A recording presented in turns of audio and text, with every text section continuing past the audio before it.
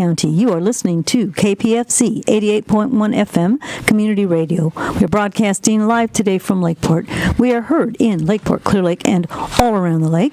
We also stream live on the internet. So if you'd like to catch us on the internet, go to www.kpfz.org. Follow the prompts to Live 365, and you can catch us on the internet. This is Voices of Lake County, the second hour, Straight Talk with the Sheriff. I'm your host, Olga Martin Steele. In the studio with me is Sheriff Frank Rivero. Good morning, Sheriff. Good morning, Rivero. everyone. And on the boards, our board operator extraordinaire, Ann Newport. Hey, Ann. And before I get started with the show, which I will do momentarily, I want to do just a few public service announcements. The first announcements I want to do is for a town rally that will be held at Harbor Park in Lucerne on June 22nd from 11 to 2 p.m. This rally is for the community, Lucerne community, and anybody else that's interested, and all are welcome, to support the efforts of the Lucerne community to get their water rates in line with affordability. So this is a rally for everyone at Harbor Park from June 22nd, 11 to 2. You'll hear from elected officials and others about this problem and find out how you can support their efforts to get their water rates in line. The second public service announcement I want to make is for the Time Bank of Thrive Lake County. They're having a meetup brunch on Saturday, January 22nd from 10 to noon, and it will be held at the Community United Methodist Church in Middletown, which is at 15833 Armstrong Street. It starts at 10 and concludes at 12:30.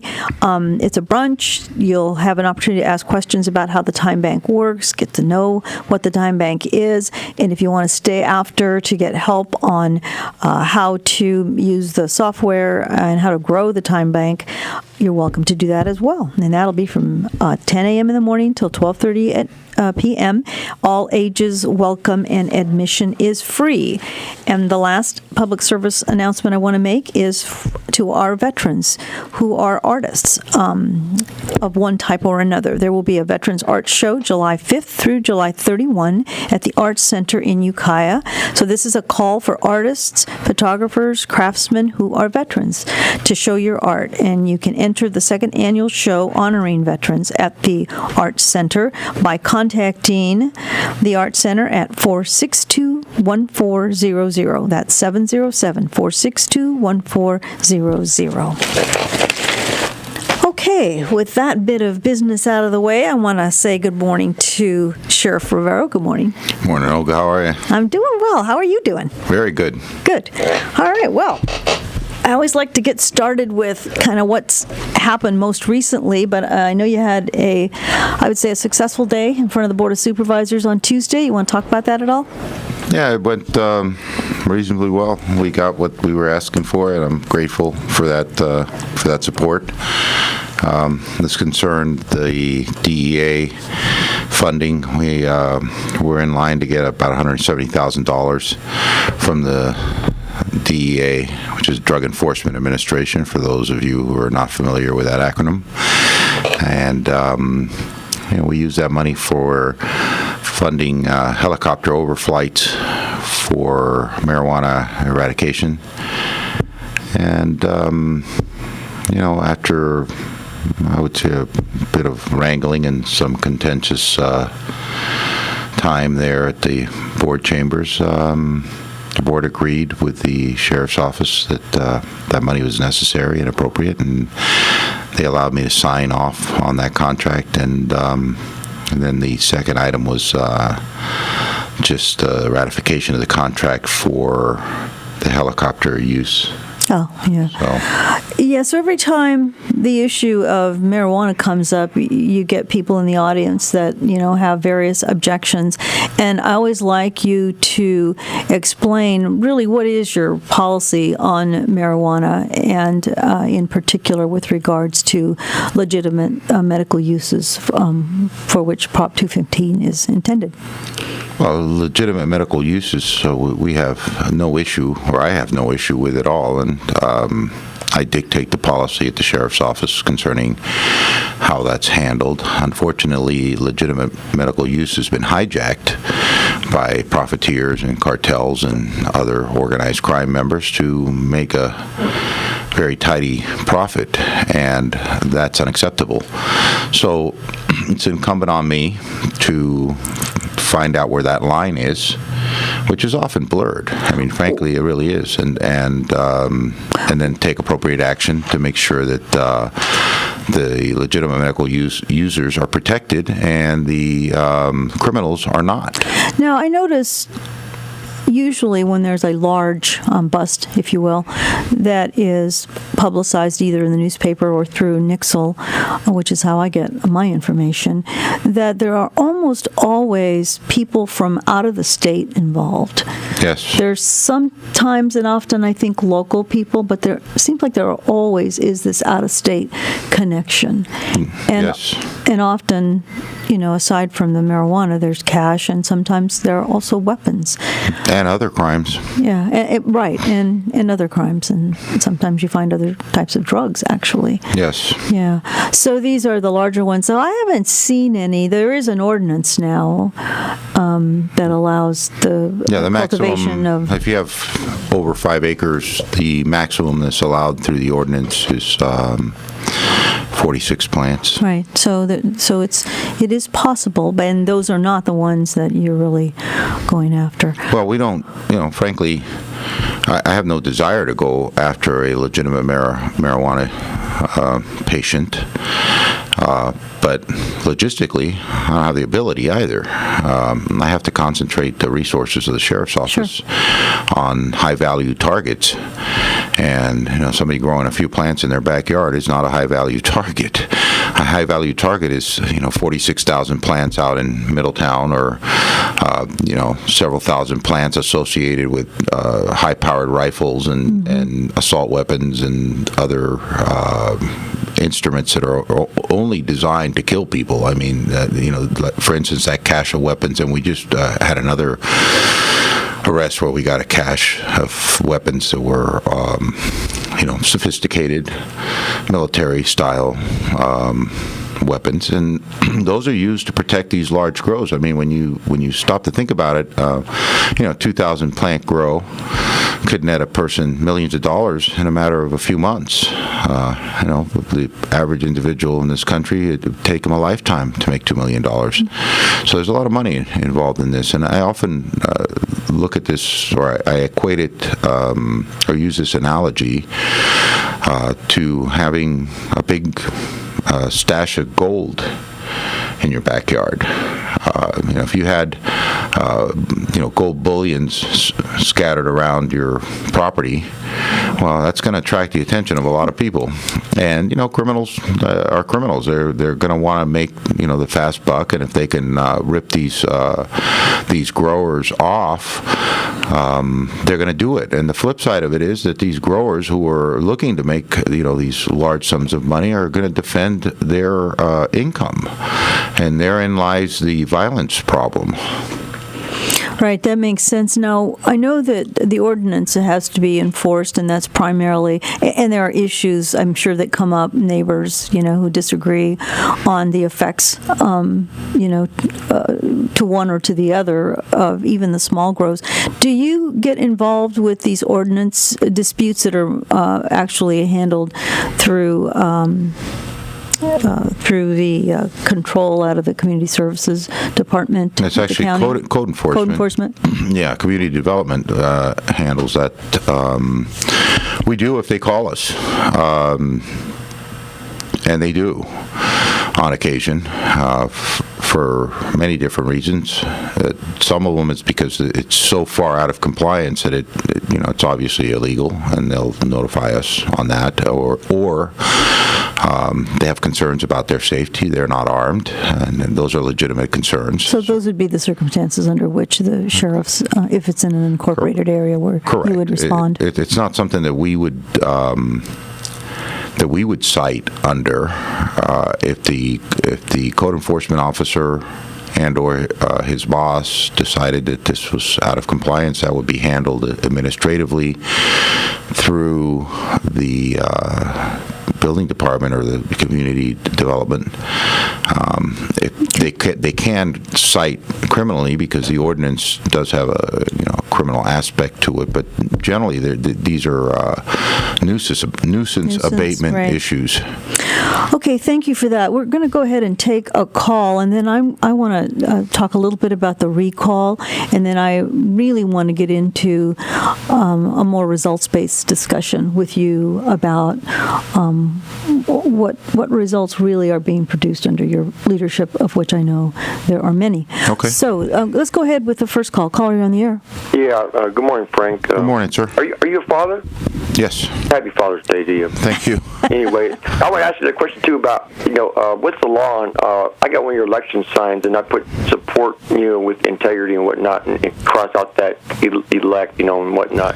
If I put that in my back window, will I get in trouble for driving around with that on my car or not? Yeah, I'm not sure, but I would check with maybe the election department or check with the building department. I know that, political signs have regulations. Well, that's not a political sign, it's a support sign. Yeah, and I support you 100%, and that's a good analogy about that marijuana. When you're talking about the gold, that's a fact, and it's a cash crop, and it's cash and carry. And a lot of these guys are coming from down L.A. and everywhere, and they're growing up here, and they're taking it out of state, and they're taking it like even to Florida, as far as Florida, and they're making good money on that marijuana. I mean, that's a cash and carry. It's a big, and a lot of them are hauled by U-Haul. A lot of them are being hauled out by U-Hauls. A lot of this crops are being hauled out here by U-Haul because that's under the radar. A lot of people don't realize how much crops are going up in U-Haul trucks that usually don't get pulled over. Well, let me just say this: it's not under the radar. I'm fully aware of what they're doing, and we have a interdiction program. They mail it through FedEx, and they don't check those packages. I know, they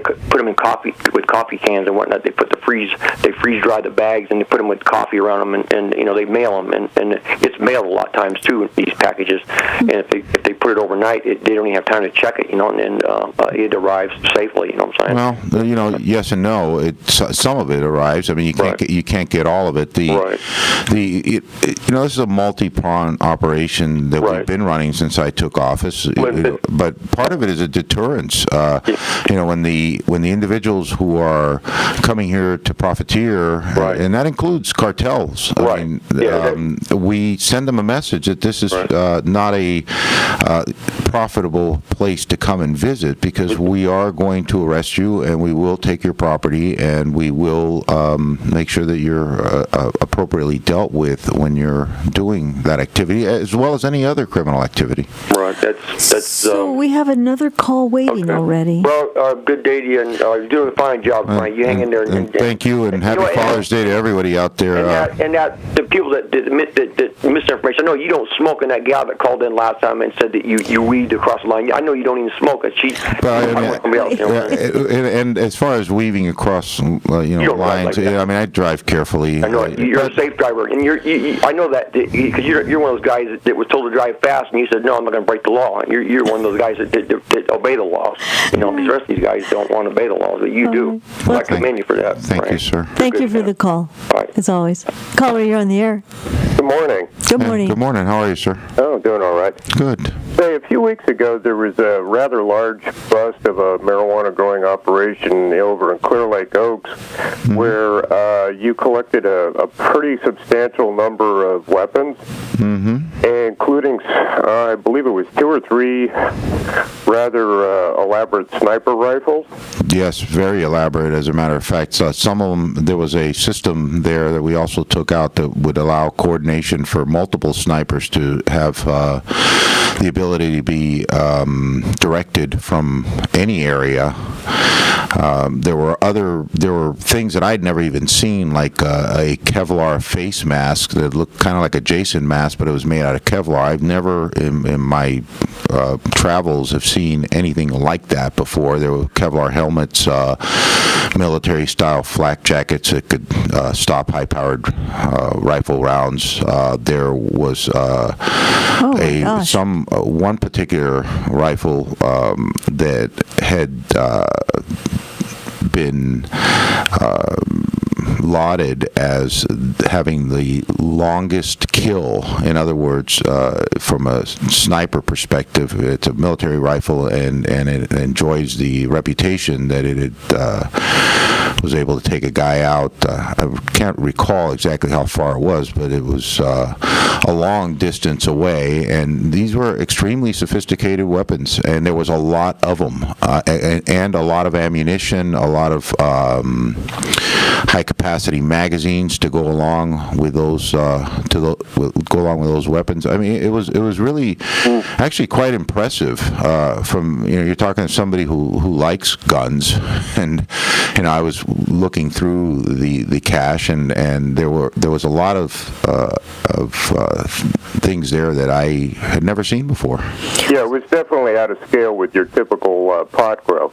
But anyway, the thing that I was kind of wondering about is, I think it's been for almost a year now, there was a proposal put out there by the sheriff's office to buy some more of the handguns, the Glock 17s, and also purchase a sniper rifle for the sheriff's office. And I was wondering, is there any way you can do a asset forfeiture and take ownership of those rifles, or yes, at least the one that's most capable? Yes, and we do that already, unless it's a federal case in which the assets belong to the federal government, and generally either they keep them or they're sold, and we get a certain percentage. But they weren't involved in that case, were they? As a matter of fact, they are. Oh, so they might end up with all the goodies? Well, that's the way the deal works. Yeah, I was just kind of curious, because I know that rifle that you were contemplating getting was, I think, $4,000, and there's just the rifle that was in possession in that particular case was well over $10,000. Oh yeah, right. I mean that was a very, very sophisticated, rare rifle. I think you'd be hard pressed to find it if you wanted to buy it. Again, these are military type weapons that have no business being in Lake County or anywhere else, frankly. I mean, they're designed and manufactured for one purpose and one purpose alone, and that's to kill people. Wow. Yeah, at a great distance. At a great distance, that's exactly right. So we have another caller. Did you want to ask another question quickly? Well, I was just, anyway, if there's any way you can get us that rifle or one of those rifles, and the money should stay in Lake County. Great. Well, we have an agreement that we have to keep with our partners in the federal government, and I'm happy to keep them. And by the way, there was a lot of talk at the Board of Supervisors by certain individuals talking about how horrid the federal government is, and I know that they have their issues. As with any government. But the truth is, my personal experience with the DEA has been a really good one. They have provided us with assets and assistance that allows us to complete operations that we couldn't have even dreamed of prior to their assistance. Well, as long as they focus on people like that bust up in Clear Lake Lobe, that's fine with me. And they do, and they're respectful. We talk and we discuss issues and we coordinate, and they are very willing to stay within the parameters of what is, So they're respectful of the local direction. They're very respectful of the local direction. They're just absolutely wonderful to work with. I mean, the U.S. Attorney has been really good. The head of the DEA out here in Northern California, whose name I won't mention, is a really good individual. He's hardworking. He helps us. He's in touch with us, and basically anything that I request, he grants. Well, on that note, we do have another caller waiting. Thank you for that call. Sure thing. Thank you, sir. Caller, you're on the line. Hi, guys. Good morning. This is Bruce. How are y'all? Good morning, Bruce. Hey, listen, a couple of subject lines, fairly quick, I think. But if the first one is, if we could get the citizens get a RIMS update from you, Frank. The last we knew of anything was that the Board of Supervisors agreed that you and Donnie Anderson should contact the AG-DOJ vis-a-vis a request for an audit of the RIM system based on the judicial reports reporting of the illegal accesses that occurred on the citizens' files. A couple of questions associated with that. Number one, did Donnie assist you in that contact with the AG-DOJ? No. And he did not. Okay, that's the banter that's been going about. Even though he was directed to assist you by the Board of Supervisors or requested to. I know they can't direct him. I was going to say they can't direct him or the sheriff. Yeah. Right. Exactly. And secondarily, I would assume because the supervisors indicated in that meeting that it was important for you to do so, and they agreed that they should be contacted relative to requesting an audit. Have any of the supervisors followed up with you on it, A, and B, have they also voiced their desire to have an audit done vis-a-vis their contact with AG-DOJ to make sure this gets done, and where does it stand right now? Well, I have not spoken to any of the supervisors concerning that. I have contacted the Department of Justice, and I have asked them for their assistance, and I'd prefer to just leave it at that. As far as that, I don't want to get into any details at this point concerning the DOJ's involvement. As far as the Board of Supervisors getting involved, they have no authority to do so, so I would not expect them to do so.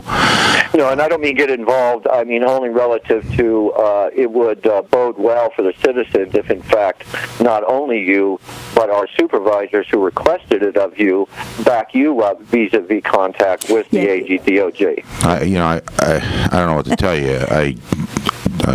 I don't expect that to happen, but if it did, they're certainly welcome to voice their opinion concerning how they feel. Let me ask just a follow-up question, and we do have another caller waiting. I think this is going to be a call-in show, but I am at some point going to ask you to hold calls because there's some information that I want the sheriff to be able to put out.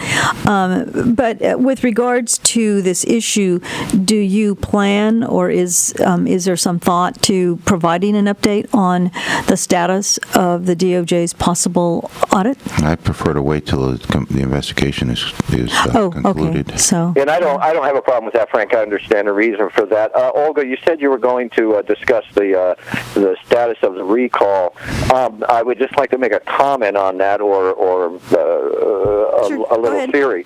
It appears to me that they're having a horrendously terrible time even getting to 7,000. Last report shows them a little under 5,000.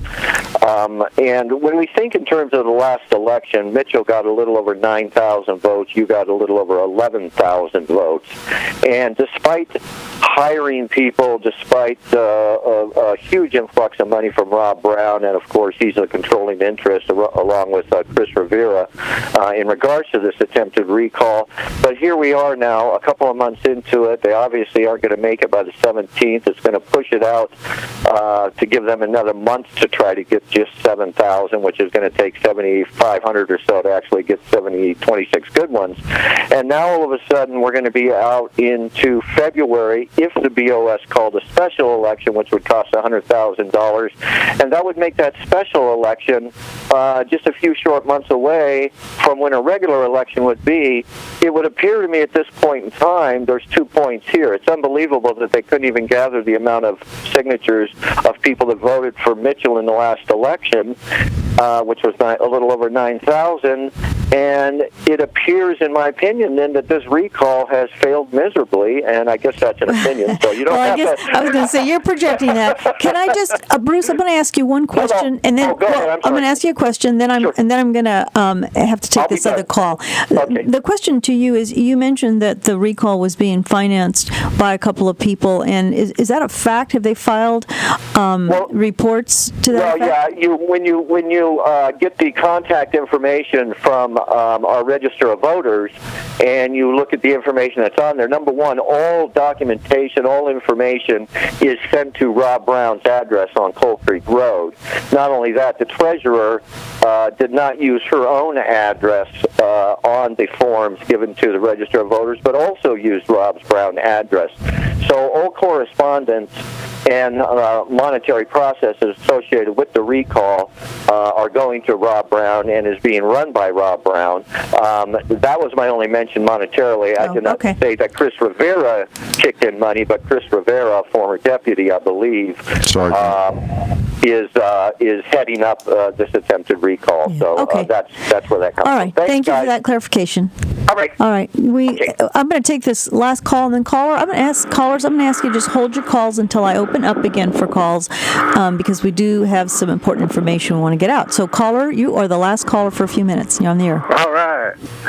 Hey, here's a twist for you, Frank. I'm not a user of marijuana, and I have no interest in it whatsoever. Mm-hmm. And but the thing is, I mean, you were talking about earlier how these instant millionaires, within a few short months, where you could grow a crop. I mean, isn't this is what it would seem that, if our economy is so bad that, and, there are people, really struggling right now economically, that they should be thinking about maybe, allowing people to grow and sell. I mean, you would know, being in the business, that,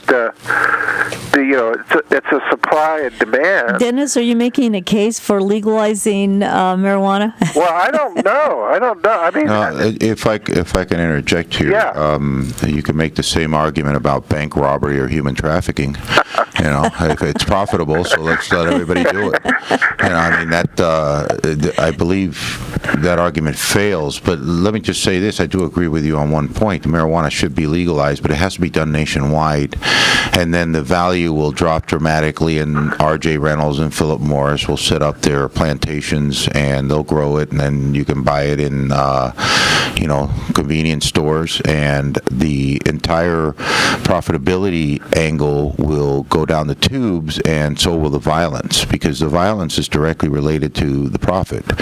And I'm all for that. I frankly believe that it's a crying shame that this drug that is actually, in many ways less harmful than alcohol, in my opinion, and I'm just speaking for myself right now, and in many ways, and much less harmful than many of the not over the counter, but over the prescription type medication that doctors regularly prescribe, like oxycodone and Percocets and Oxycontin and other things for supposed pain relief that are extraordinarily addictive and ruin people's lives. Those are, by prescription. But here's the problem.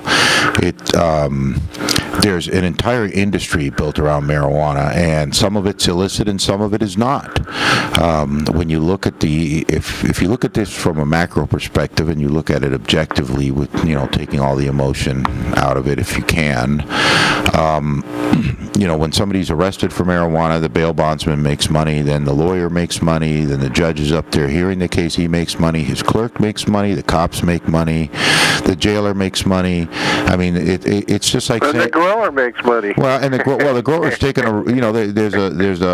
there's also a risk-benefit analysis to be had when the grower is making money off an illegal substance. But just to say we're going to let them do it because you can make money, well, then we could just say, well, let's all allow bank robbery to go on, and that doesn't work. Okay. It has to be orchestrated in a different fashion. But my own personal feeling on it is that this prohibition, it does not and is not working and should be addressed. But I just don't see that anytime in the horizon. So thank you for the call, Dennis. You always come up with something interesting. Talk to you later. Yeah, okay. Bye. Bye-bye, Dennis. So, callers, I'm going to ask you to just hold calls for just a few minutes. I'm going to do a station identification, and then we're going to get back to Straight Talk with the Sheriff. And I was going to ask you to comment on the recall, but I think we already had that discussion. So we'll go right to some of the crime statistics and the results. So, you are listening to KPFZ 88.1 FM Community Radio. We are broadcasting live from Lakeport, heard in Clear Lake, Lakeport, and all around the lake. You are listening to Voices of Lake County, the second hour, which which is Straight Talk with the Sheriff. I'm your host, Olga Martin Steele, and with me in the studio is Sheriff Frank Rivero. We just concluded a fairly in-depth discussion about marijuana, and now I'm going to switch the conversation to a discussion about results, because as a citizen, I want to know that the Sheriff's Department is doing their job.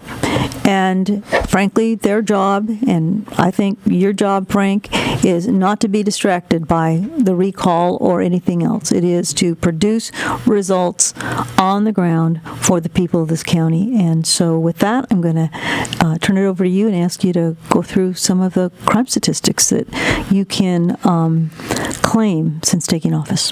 Well, there was an issue made by one of the two candidates who are vying for the position of sheriff and hoping to do it through this recall measure.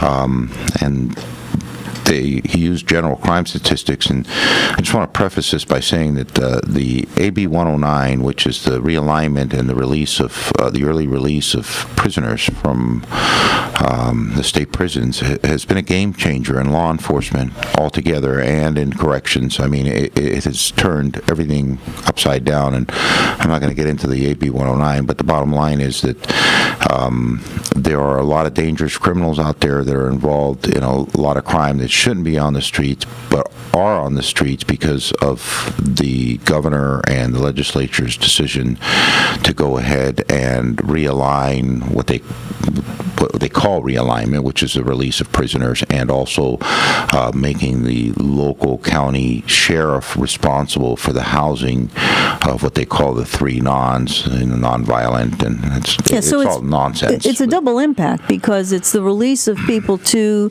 the streets, to the jurisdictions they go back to on parole, and then it's also the prisoners now that end up in your jail that previously ended up in prisons.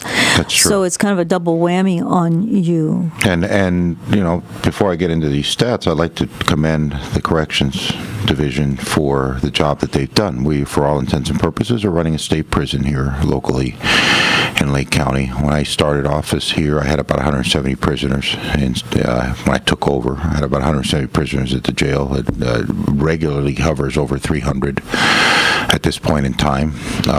That's a big increase. And in many cases, a very different type of prisoner, and a prisoner that certainly is incarcerated for more than a year, which is typically what your jail was set up to handle. Correct. We have prisoners there that are serving 13, 14-year sentences right now. That's a long time, and that causes all kinds of problems, health problems, taking care of them you take a guy who's, goes into prison at 50, he's got a 20-year sentence. By the time he's close to serving his sentence, he's a geriatric patient, or could be, because prison's a tough life. And then, you have all the associated issues. I mean, everybody has health issues, and either they have private insurance or they Medi-Cal or however they're handling it. But in this particular case, it's foisted on us to make sure that we provide them the care that they need. I mean, they are in our custody, and we have to take care of them. Well, we've had a number of shows that we've really dedicated to the jail, and I think it's probably a good idea to do that again. I know you said up to 300. No, not up to 300, over 300. Over 300, that's huge. Yes. So I think... And it was really foisted on us quickly, but there's been no looking ahead. In the previous administration, there were phases to the Lake County Correctional Facility that you had the original facility, then you had phase two, and there were actually other phases that were looked at and planned but never acted upon. Yeah, I know during the campaign, actually, it was known that this was in the offing. Well, it was in the works, and I opposed it. I was, if not the only one of the few sheriffs that opposed it. Now, not all, but most of them do oppose it because they've seen the end result. I thought that it was predictable at the time that this was going to be a huge problem, because it doesn't just impact the jail, it impacts patrol, because you're dealing with sophisticated individuals who are willing to fight it out with you, who are willing to not go back, who are out now and enjoying their freedom and still committing crimes. And So you're contacting people who are very dangerous individuals, and that impacts patrol on many different levels. Sure. The danger potential for the officers contacting these people is enormous. Their level of sophistication and ability to understand the law enforcement and understand the system and adjust is enormous. The necessity to have multiple officers contact these individuals, because you have one guy out there and you might have three early release AB 109 characters in a car. Well, that is really an officer safety problem. And a lot of these things weren't looked at. They were just kind of glossed over, but they were predictable and they were preventable, and none of that happened, unfortunately. And now we're dealing with the. Now you're dealing with it. And I just want to say real quick, you brought in some people that actually have a very strong background, I know, in running jails and prisons. Yes. To help. And they're doing a fantastic job. But even yesterday, I had a long conversation with Under Sheriff Tortoriki, and we're having issues over there. We're having to make decisions, and I'm really opposed to releasing anyone who has even the slightest danger potential. But we have to make really very serious decisions on a daily basis about who are we going to release, as opposed to having somebody sleeping on the floor. And one of the problems that brought all this about was a case that was filed against the Department of Corrections, State of California, for overcrowding and for prison conditions that resulted in enormous fines being levied against the prison system. They had to clear out the prisons, but it's not like the criminals disappear. So they're moved over to a jail, and I expect a lot of 1983 civil rights lawsuits coming down the pike, and they have actually, not so much here, but they have in other places, because of the inability to adjust that quickly. Sure. I mean, so the same problems that visited the prisons are going to now, if they aren't already, visit the jails, because the jails weren't built to house these numbers that you're looking at. Actually, the problems are worse, because in the end, when you build a prison, you build it for a purpose, for long-term housing of really high-level dangerous criminals. When you build a jail, it's a little bit different. It's for maximum of a year. The security levels we've had to increase. We've had to spend money on additional officers, on additional security. And I'm not going to get into all of that because I don't want the crooks to know. But the bottom line is that there's a whole series of unintended consequences that occur, right. And those unintended consequences, frankly, were just not addressed. They weren't addressed in this realignment idea in the AB 109 bill. Well, I know there is a feasibility study underway that's going to look at expanding the jail, and so we'll have to get back to this subject again. I'm happy to do so, and I'll bring in a couple of guys. Talk about it. Okay, let's switch now over to back to, I should say, your fight on crime. How's that going? I think it's going really well. The officers are out there on the street. I think anybody would realize that there's a lot more radio cars out on the street, that they're being proactive about taking on suspects, people who are reasonably easy to identify. But these officers are not staying in the stations. I mean, even when I'm driving around, I'm constantly seeing radio cars out on the street, which puts a big smile on my face, because there's an old saying in law enforcement: you can't identify what's abnormal until you know what's normal, and you can't know what's normal unless you're out on the street. Right. So if you're patrolling these neighborhoods and you're not on you're off the highway and you're cruising around and making stops and talking to people and looking around, if you see something different, that's going to catch your attention. But if you're sitting in a station waiting for a call, right, then you don't have a prayer of knowing what's abnormal, because you don't know what's normal. So they are out there. They're doing proactive work. I take my hats off to them. I wish I could reward them a little bit better than just, I talk to them, I thank them, but they need more money. That's a constant mantra of mine. 7 years without a raise. I have a really good crew. Some people left, and we replaced them with officers who are really shining stars. But there's a lot of competition out there when we're paying, substantially less than other law enforcement agencies for a risk that could mean your life. That's something that people have to look at. I mean, it's just reasonable to look at, and I don't want to lose these officers, and I would ask the public that's out there listening to please support me in attempting to increase the pay of your law enforcement officers. So, on that note, one of the comments that was made actually by one of the individuals running for sheriff, assuming there's a recall, is that under your administration, crime is up. Can you address that? Well, apart from AB 109, and apart from the fact that I have an absolute standing order that all crime is to be reported, and I'm going to take a second to talk about that because when I worked as a deputy, there were deputies out there that would spend 2 hours on kissing off a report that would take 15 minutes to write.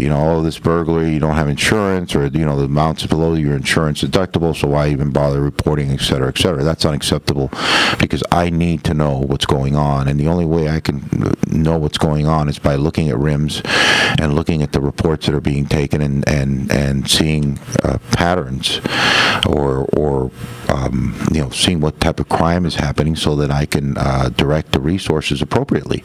So this idea that you could go out to a call or not go out at all in some certain circumstances, but go out to a call and try to talk a citizen out of making a report is unacceptable. So you have to take that into account. You have to take AB 109 into account, and then but the biggest factor that you have to take into account are the arrest statistics, which is something that particular individual was asked about, and he said, well, I don't have those statistics with me. And there was a couple people who actually really cornered him. I mean, they built a box around him, and then in the end they put a lid on him, and that was good. I was happy to hear it because they kept asking him, well, how do arrests, if you have an arrest, obviously it's going to increase the crime statistics. Sure. So I think the point being made, or the point that you're making, is that yes, if you file reports, that's going to show that there's an increase in crime because you're filing a report about a crime. If you don't file reports because you find a way around that, then it shows less crime. Correct. But in fact, the statistics of the actual arrests and the actual crimes are the ones that you can look at to know how well are you doing. Sure. So that's exactly what I'm saying. So do you have some of those statistics available? Well, let's start with I instituted a program where we visit 290 registrants. A 290 registrant is a sex registrant. I personally feel that they sexual predators, present an enormous risk to the public and to our children, to everyone. So they need to be addressed. So we go out on a regular basis and we perform these sweeps and we visit them. And through those visits, some of them are out of compliance and they go to jail, and rightfully so. So in 2010, the sum total of sex registrant arrests was one. There was one person caught off base who was a 290 registrant. Now, 2010 is the last year of the former administration. That's correct. Okay, last full year. Okay. And then, in comparison, in 2012, we had 12 sex registrants go to jail for violation. Now, that's a direct result of our detectives and our gang task force, which are also involved in our 290 sweeps, and then our patrol deputies and corrections who transports these people. I mean, it's a joint effort between all the different aspects of our department. We go out there, we visit these guys. Some of them are leading okay lives. They're not, violating the law, but some of them are.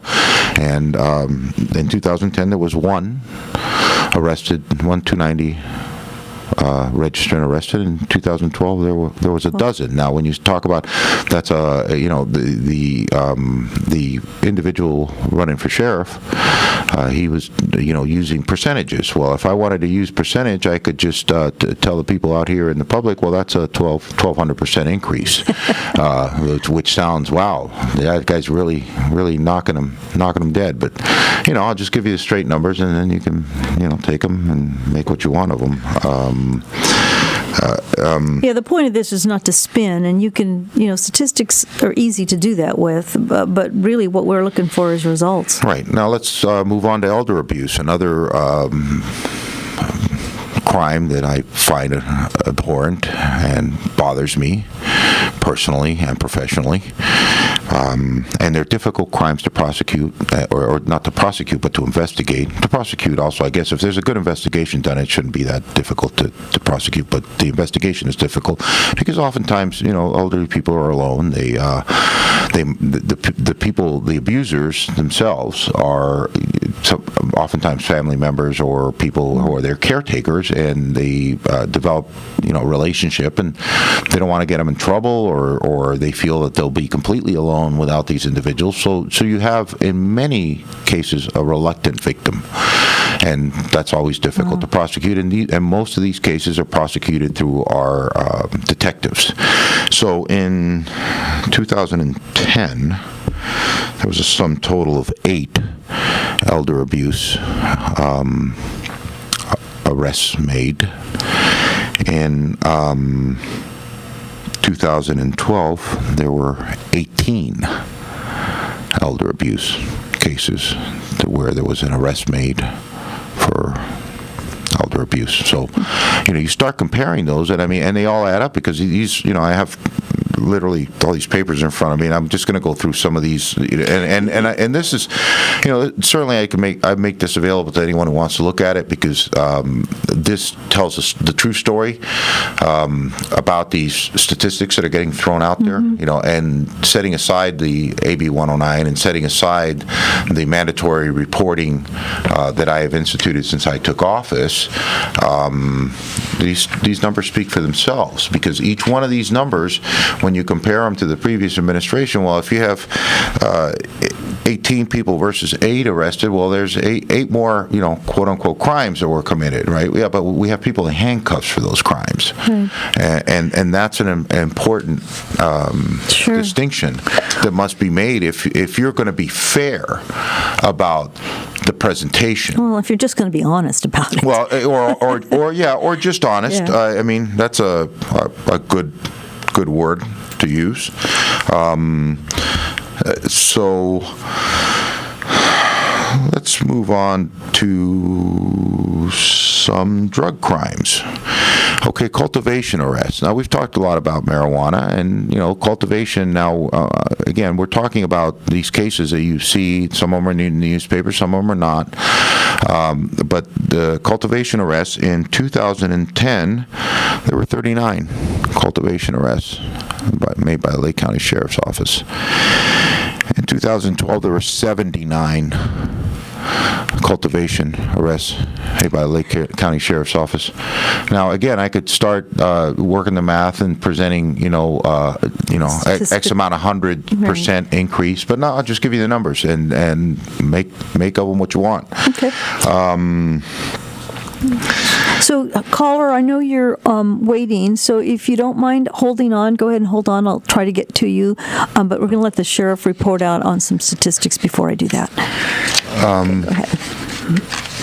So and I'll make this brief, but again, these numbers are available to anybody who wants them. They can look at them, and they were available, by the way, to Brian Martin before he went on the show, where he started lauding all this increase in crime stuff. If you're going to be prepared and you're going to make these arguments, then be prepared and make the arguments. Well, unfortunately, and he's in campaign mode. He's campaigning, so he's going to do his best to characterize things in his favor. That's dishonest.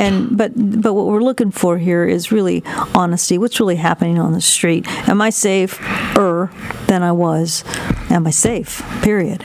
So I know you're going to get to meth. I'm going to jump right to meth. Now,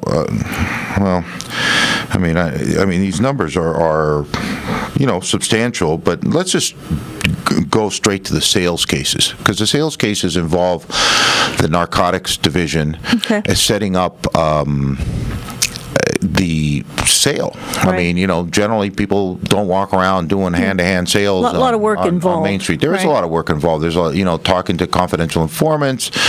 Just an enormous amount of work, and I've done that work myself, and I know how difficult it is. It doesn't come easy. So in 2010. For sales of methamphetamine, there were 4 sales cases made. Compare that to 2012, where there were 31 methamphetamine sales cases. Now, once again, I could go into the thousands, percentage over and make those summary statements and go into campaign mode myself. But frankly, I'm not going to get distracted, as I've said over and over again, by this recall. If the people want me to stay there and want me to continue to do what I'm doing, then that's exactly what I'm going to do. And if they don't, then I'm going to pack my valise and go. And it's the people's will. If 50% plus one voter says, Rivero, we don't like you, or we don't like the way you look, or we don't like the way you act, or we don't like the way you perform, and they can convince the public of that, and the public is on board, then I get to go home. If not, then I'm going to continue to pursue the criminals. It's just that simple. So, caller, you're on the air. Part of the public is perfectly happy with you going after the criminals. Again, I was remiss in not, at the Board of Supervisors, thanking Denise Rushing and Anthony Farrington for pulling that over onto the talk agenda. And thank you for showing up with Captain Macedo. Yeah. Once again, my respect for you has maintained, if not gone up. You show up, you answer the questions. You know how I feel about helicopter flights. But thank you for keeping the powder out of my hood. Well, and, I appreciate you being there. Also, I understand. I really do. I want to make. I reckon I put your face together with the phone calls now during that meeting, actually, which was good. It's always nice to have a face to go along with the voice. But I want you to understand that the differentiating between the legitimate medical marijuana and the profiteering, cartel, organized crime individuals is something that I spend a lot of time on, and I reflect on it, and I think about it. Well, I do have to say this, of the marijuana arrest, I didn't know any of the people. Yeah. Well, and you know what? It was outward bound. That's because a lot of them are from out of state and from out of country. Actually, they're coming here to bring something to the families and the people of this county that should not be bestowed upon them, and it's my job to make sure that doesn't happen. Concerning the overflights, by the way, the officer that does those overflights, he's very conscious about the altitudes, and we can spot these things from way up in the air. I mean, believe you me, we don't have to go down and there was one individual, I believe it was Ron Green, who was saying that we're buzzing over people at 100 feet or something like that. That's absurd. Now there are other helicopters like Reach and CalStar and Cal Fire and. So are they doing maneuvers from the helicopter, or is the helicopter just reconnaissance and then they go in with vehicles and dogs? Generally, the helicopters are reconnaissance, and then if the place is too remote for us to enter by vehicle or on foot, then we stavo in and fly in the officers, and they go down on ropes, a very dangerous operation, and go in, eradicate, arrest, and we move on to the next one. All right. Get them big boys out in the woods. I'm working on it. And by the way, you know, to the extent that I know that a lot of these big marijuana growers, and I know this for a fact, are involved in this recall, you know, it's not going to deter me or dissuade me by any stretch of the imagination. I said this at the Board of Supervisors meeting, and there was some talk about the recall and the marijuana growers and et cetera, et cetera. That will not work. I don't think they're going to get the signatures. But well, you know, whether they do or not, and whether they take me out of office or not, is irrelevant. It's not going to change my operation one bit. I am going to continue to aggressively pursue these criminals, and that's the end of that story, irrespective of what they do. And by the way, I said this at the Board of Supervisors meeting, and it was my decision, and my decision alone, to bring in the DEA to help us. So if you have an issue with that, that's an issue that you can take up with me at 295-6289. Well, I thought you resolved quite a bit of them, and I look forward to at least 2 more years of you continuing to do what you're doing. Well, thank you, sir, and I appreciate your input. I really do. I'm grateful for the ability to talk to you. Thanks for the call. Okay. All right. Do we have another caller? We do. Caller, you? No. Okay. We're down to the last 2 minutes of the show. That's the signal that our board operator extraordinaire is giving us. So we've got 2 minutes left for you to offer closing remarks. Well, first of all, happy Father's Day to all the fathers out there, and be a father. You know, honestly, take care of your kids. It's important. You know, the example that you set now is the one that they're going to follow when they're adults, and it's, you know, being a mother is a huge job. It's tough, and being a father is a tough job, and you know, I have to do a fair bit of balancing there, and you know, I understand. I fall down on occasion. I come home too late. Or are you human? I am human, but you know, I mean, but I have to, you know, I have a humongous responsibility here to the people, and part of that responsibility is to keep the county safe for my own family. Sure, of course. So you know, there's a benefit there, and you know, my boy understands, and you know, my kids are reasonable.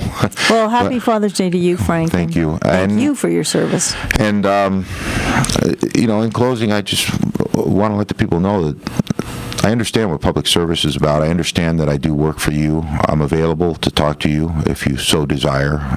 Please don't hesitate. You know, because of the influx of calls that have grown over the last few months with this recall, sometimes it's difficult. You know, I used to be able to just pick up the phone and talk to people. Now I have to, you know, I'm a week behind on calling people. You know, I take messages, and I try to keep up. If I miss you, call again, please. And just know that I'm doing the best I can to keep you safe.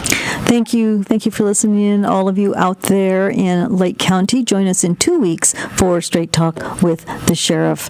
This is your host, Olga Martin Steele, saying goodbye.